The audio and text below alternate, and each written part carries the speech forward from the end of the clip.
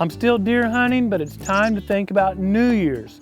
New beginnings, new seasons, and most importantly, new opportunities to spend time in the field with family and friends. Make plans for you and your family to get outside and enjoy creation.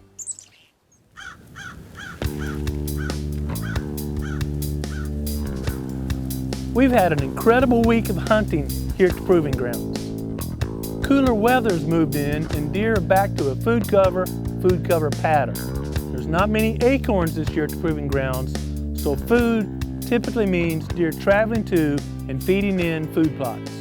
Growing Deer is brought to you by Bass Pro Shops, also by Reconyx, Trophy Rock, Eagle Seed, Nikon, Winchester, Lacrosse Footwear, Blood Sport Arrows, Flatwood Natives, Morel Targets, Caldwell Shooting Supplies, Hooks Custom Calls, Montana Decoy, Summit Tree Stands, Drake Non-Typical Clothing, House Lubricator, Genesis No-Till Drill, Yamaha, Fourth Arrow, Scent Crusher, iScope, Bone View, Mossy Oak Properties of the Heartland, Code Blue, Decode, G5 Broadheads, Prime Bows, and Redneck Hunting Blinds. Recently, our Reconyx cameras have taken several pictures of bucks on a ridge we call Boomerang. We call it a ridge boomerang because it's shaped like a boomerang, and in the central portion is a steep valley with premium quality bedding cover. We created this bedding cover by cutting the cedar trees and using prescribed fire to restore native grasses and forbs. The winds tend to swirl in that valley, so given a quality cover and the constant swirling winds, it's an ideal deer sanctuary. Knowing deer frequent the area is one thing, but finding the best ways to hunt it, well, that's another. Through the years, we've learned the only practical way to hunt the Boomerang area, especially with a bow, is on the ridgetop, where the winds are more constant and predictable. Recently, 4 mature bucks have been frequenting a portion of the Boomerang Ridge we call Boomback. We call these bucks Octo, Ringer 8, Swoops, and Hitch, and they've been very active at one of our Code Blue scrapes and a food plot. Even better, recently we had video of Ringer 8 and Hitch close to one of our stands. Based on that MRI, most recent information, Daniel and Tyler decided it was time to move in, try to tag one of those bucks. With a strong northwest wind forecast, Daniel opted to go to a set of summit stands that's about 150 yards from one of our food plots, and it's between that food plot and a saddle or low spot in the ridge where bucks like to cross. Daniel believed that at least one of the bucks would be feeding in the plot, drop down the ridge, and cross that saddle to a bedding area. Some folks may wonder, well heck Grant, why didn't you have the guys hunt the plot if you got video of bucks in the plot? The answer is simple. It's difficult to approach plots, especially here in the morning, without alerting deer on your entry. It's better to come in the back door, stage up 100-150 yards away, and let the bucks come to you.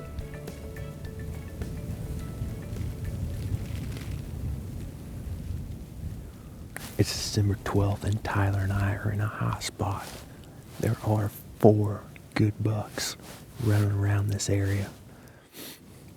Pulled cards yesterday, just up the ridge about 150 yards.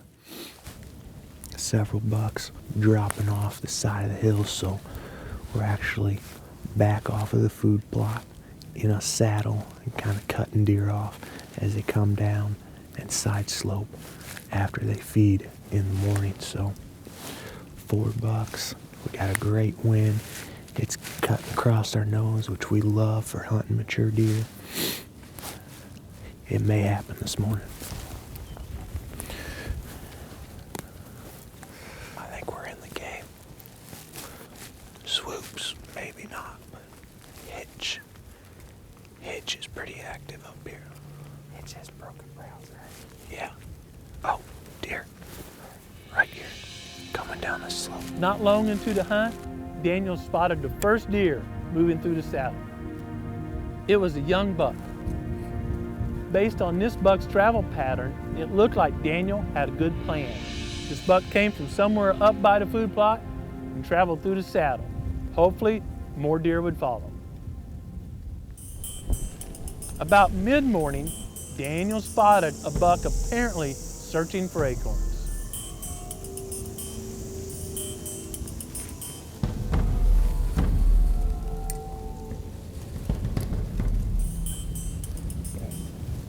That's the big white, eh? Yeah. Does he have like good brows?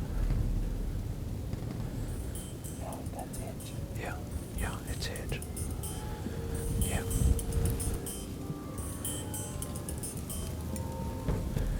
I don't know, dude. Can you swing to the left? I think he's gonna come. I think my shot's over here.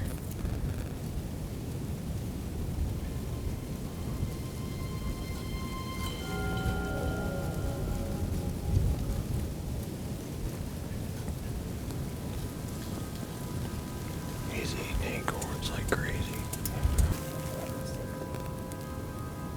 He's right at 60.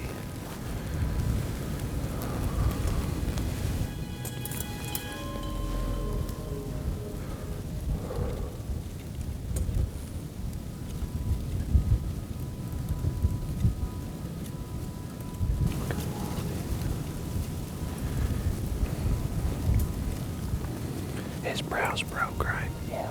Yeah.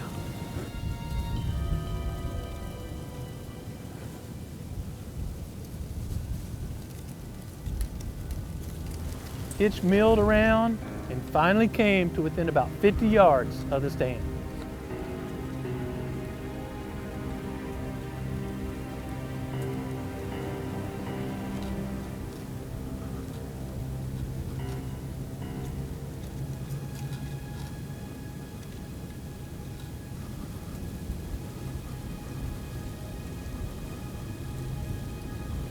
There's my shot right there.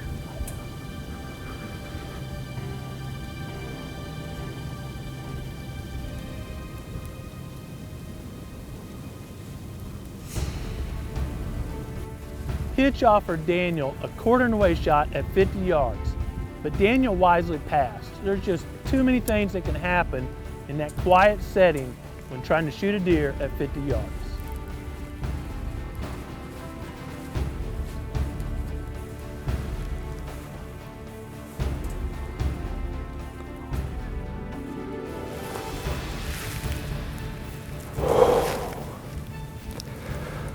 I'm still shaking, and I don't know. I know the cold has a little to do with it. But I know it also had to do with Hitch was at 50 yards.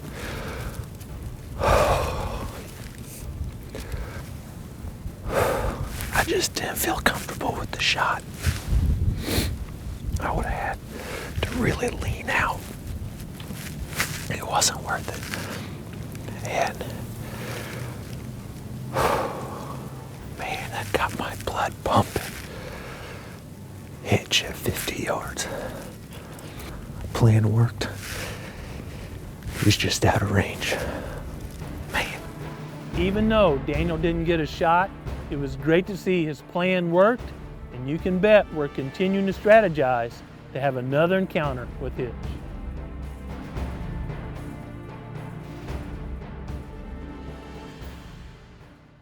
That same morning, our cell phone camera sent us a picture of deer in a plot we call Big Cave. When we studied the pictures, we could tell there was a good-looking buck in the distance. This past summer, we added an extension to the Big Cave food plot. This extension is only about 40 yards wide and probably 150 yards long, but it serves as a great staging area for deer to enter the larger plot. Deer tend to move up from the bedding area on the south-facing slope, come through the extension, and enter the larger plot. Before season, we hung a stand on the southern corner of that extension so we could hunt it when the wind was out of north.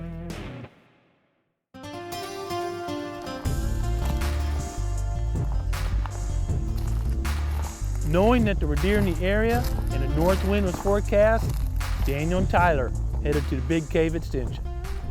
This morning, Tyler and I were hunting, had an awesome encounter with a 4-year-old buck we call Hitch. Had him at 50 yards, just didn't have a shot opportunity. So Hitch got a pass, but what a great encounter we had. As we were sitting there in the stand, we actually were getting texts of deer here in Big Cave from an email camera sending pictures to our phone. And there was a pretty good looking buck up here on the horizon in the middle of the food plot. So thinking that the group of bucks that are here at Big Cave just drifted off the hill, have bedded on the south facing slope, and we'll come back up to feed this afternoon. We'll see if our plan works. Not long after the guys got settled in, Daniel spotted a doe and 2 fawns coming from behind them.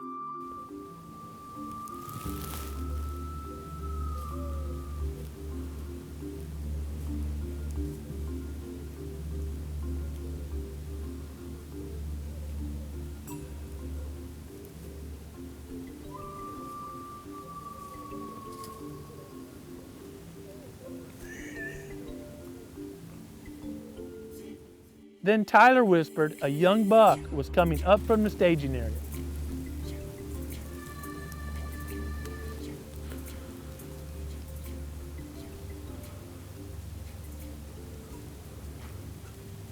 I got a doe fawn looking at me. Okay, turn around now. Daniel turned to see if a larger buck would be following. You need to get on that back buck.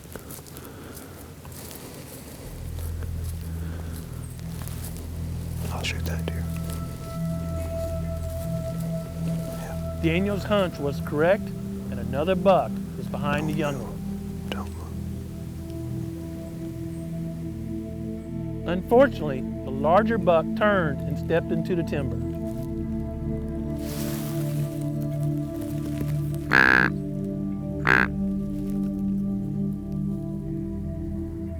A few moments later, a group of does quickly moved through.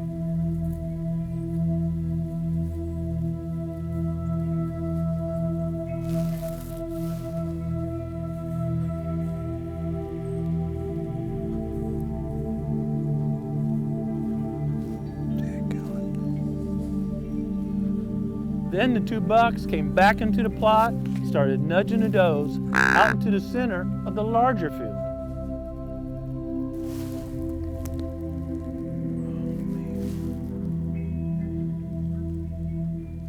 Daniel and Tyler had been watching this group a while when they noticed there was another buck in the field.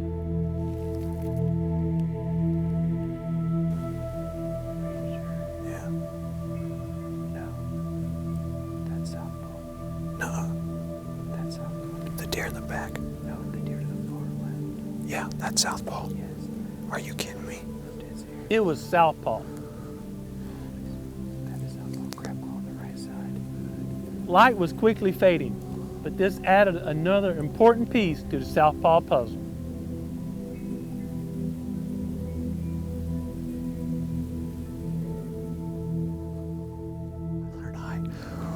We get looking, we're like, man, that buck's a little bigger. That buck's a little bigger.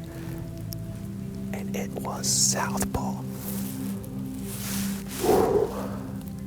We have encountered multiple hit listers today. Deer are hungry. They're on their feet.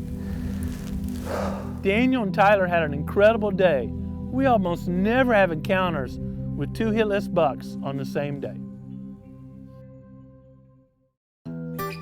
A few days later, Ray and Tyler headed to a redneck vine mounted on a trailer in a plot we call Northfield.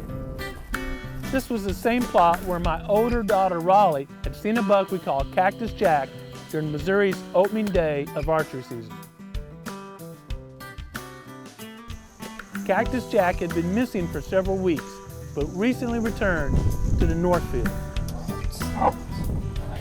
It is Sunday, December 17th, and we're up here in Northfield today. It's pretty misty outside, looking a little bit dreary, but we're hoping that that'll get the deer to come on out, work on in. I'm using the crossbow today, so hopefully they'll move on into range and I'll get a good shot and get my buck.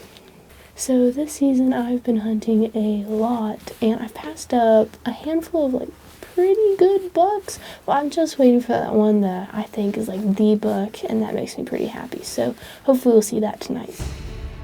It was a misty, foggy afternoon, and Ray was hoping Cactus Jack would show once again. As the fog became more dense, it became difficult to see the end of the plot. Suddenly, Tyler thought he saw a deer. The fog made it difficult to tell, but Tyler thought it was Cactus Jack. Unfortunately, the buck stayed well out of range until it was dark.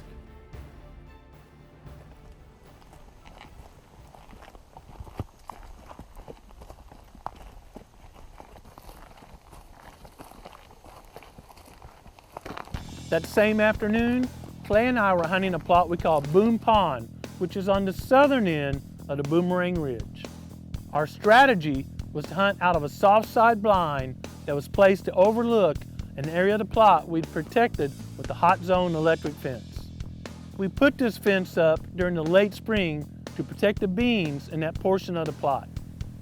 The fence had worked perfectly because the beans inside the fence were Geister deer tall. The whole plot was planted with beans the same day, and outside the fence, you can't even tell any beans were planted. When the bean leaves started dropping, we broadcast Eagle's late buffalo blend, a blend designed to germinate very late in the growing season into the standing beans. This technique worked perfectly, and we had bean pods and greens in the same area. About a week ago, we opened up a portion of the fence to create a bottleneck and allow deer to feed on those beans and greens.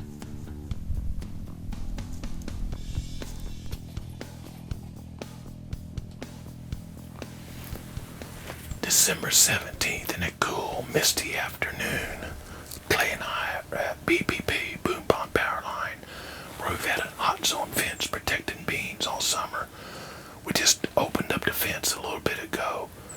Not many bean pods left, but we think some bucks will be coming in here, searching for those last few pods. And another advantage of the fence is the buffalo blend is doing better in there, of course, where it's been protected, than outside. We've had a wicked drought, so the browse pressure outside the fence is taking the buffalo blend down, but inside it looks pretty good. So I've had Herman and Swoops and a couple other mature bucks in the area, hoping they're coming by to grab some of those last beans as cold weather sets in. Like Ray, Clay and I were staring into the fog, trying to see deer that afternoon. Not long before dark, we finally thought we saw movement about the edge of our visibility. It was a doe, but it appeared like a gray ghost. She and some more antlerless deer came out of the fog and started feeding in the edge of the plot. One of those finally fed right up through and entered the gap where we'd removed the fence.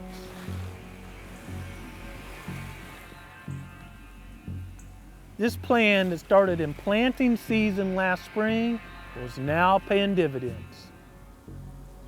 It's difficult for me to pass up a doe that's broadside at a great range, but we've almost met our doe quota here at the Proving Grounds for the year, and several of my other team members are eager to punch their tags. So knowing this, I kind of grinned and gritted a little bit and kept my hands off the bow.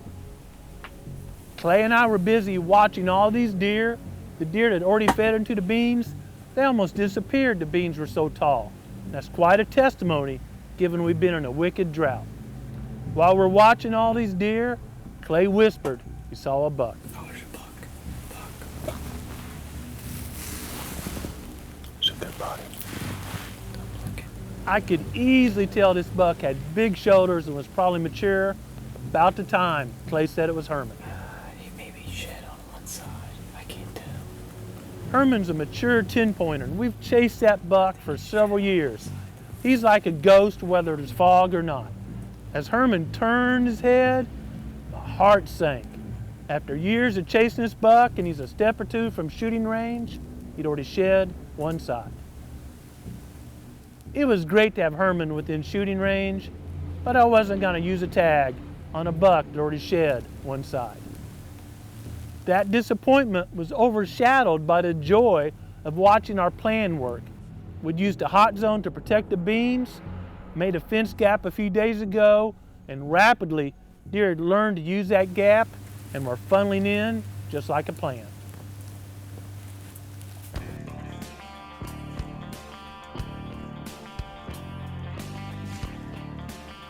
I shouldn't have been surprised when Herman turned and I noticed he'd already shed one side. Recently, we've had several comments on our Facebook page about hunters finding sheds. The primary stimulus for bucks dropping their antlers is a decrease in the number of hours of daylight. This triggers a decrease in testosterone production, which then results in other chemical reactions that allow the antlers to fall. Even though the primary antler cycle is controlled by the amount of hours of sunshine each day, within that, stress such as drought, lack of food, and other factors can control how early or late within that period bucks shed their antlers. There's been a wicked drought here for several months. In fact, locally, September, October, and November were among the driest ever recorded. The drought is limiting the amount of nutrients forage can transfer, and therefore bucks are under stress and are likely to shed early. This is an advantage of tagging does to meet your quota during the early portion of the season. There's more food during the late season for the deer that are going to survive, and there's less of a chance of tagging a shed buck thinking it's a doe. During the next few days, we'll be hunting hard, trying to tag one more buck before they all drop their antlers. If you like learning about the biology of deer hunting and deer management, subscribe to the Growing Deer YouTube channel. A great way for us to reduce stress is take some time every day to get outside and enjoy creation. But the best way is to be quiet every day and listen to what the Creator is saying to you. Thanks for watching Growing Deer.